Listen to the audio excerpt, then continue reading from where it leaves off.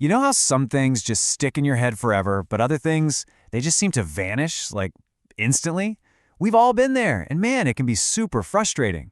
Okay, so let's get into this and figure out what is really going on inside our brains when we remember and when we forget.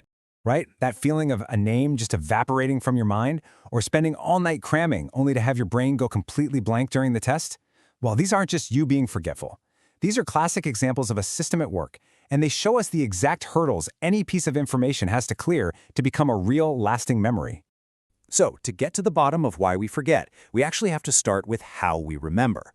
We're going to go on a little journey. We'll follow a single piece of information as it tries to make its way through your brain and see if we can get it to stick around for good. Okay, let's start by picturing your brain's memory system as a kind of factory, an information processing factory.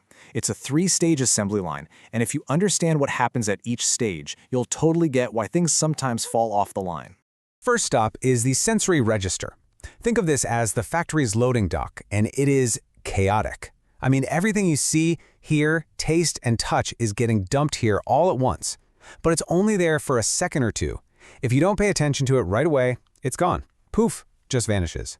Attention is basically the bouncer at the door.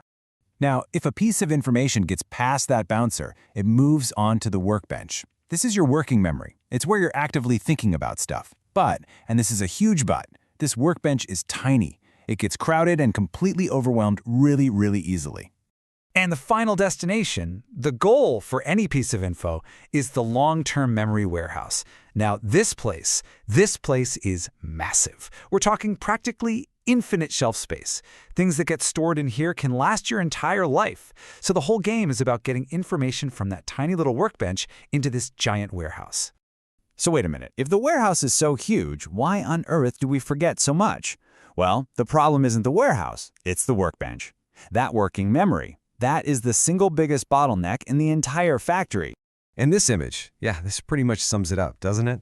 That feeling when you're trying to learn something new and your brain just feels full. That's not just a feeling. That is your working memory literally hitting its capacity. And it happens way faster than you'd think. And get this, here's the shocking part. That limit, it's just 5 to 9 new things. That's it. You can see our little brain guy here is already struggling. I mean, a single phone number can max you out. Anything more than that, and stuff just starts falling off the workbench. And it's not just about space, it's about time, too. If you don't actively do something with the information on your workbench, a process we call rehearsal, it'll just fade away in about 30 seconds. The big lesson here is pretty simple. You have to use it, or you are absolutely gonna lose it. All right, so let's say you did it. You paid attention, you rehearsed like crazy, and that memory made it all the way to the long-term warehouse. You're safe, right? Home free? Not exactly. Even in there, memories can get jumbled up or just lost. Let's see how. It's a thing called interference. It's basically when your memories start bumping into each other and getting mixed up. It comes in 2 main flavors. Retroactive is when new stuff you learn messes up the old stuff, like a kid finally learning the letter D and then suddenly getting confused about B. And proactive is the other way around. Your old knowledge trips you up when you're trying to learn something new. Think about trying to learn to drive on the other side of the road in the UK. Your old habits are going to fight you the whole way. Our memory also has these funny, predictable biases. You're way more likely to remember the first few things you hear in a list and the last few things you hear. Everything in the middle? Yeah, that's kind of the danger zone for forgetting. It's called the primacy and recency effect. So, knowing all of these ways our memory can fail us, how do we get it to succeed? How do we build those really strong memories that we can pull up whenever we want? Well, it all comes down to one incredibly powerful fundamental method: practice. It's not flashy, it's not a secret hack, but it is the absolute truth. Practice is what takes a wobbly, fragile item on that workbench and turns it into a permanent fixture in the warehouse. Repetition, rehearsal, trying to recall things, it's all just a form of practice. But listen, how you practice matters a lot. There's what's called massed practice. We all know this, it's called cramming. And yeah, it might get you through a test tomorrow because it feels like you're learning fast. But for actually remembering it long term, it's awful. The real winner is distributed practice, spreading the same amount of effort out over time.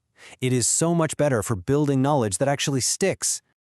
And this cartoon just nails it. That slow, steady, sometimes tedious repetition, that's what makes it work. When you space out your learning, you force your brain to work a little harder to pull that information back up each time. And that effort, that struggle, is exactly what strengthens the memory. So look, here's the crucial point. Forgetting isn't a personal failure, and having a photographic memory isn't a superpower. It's a system with rules.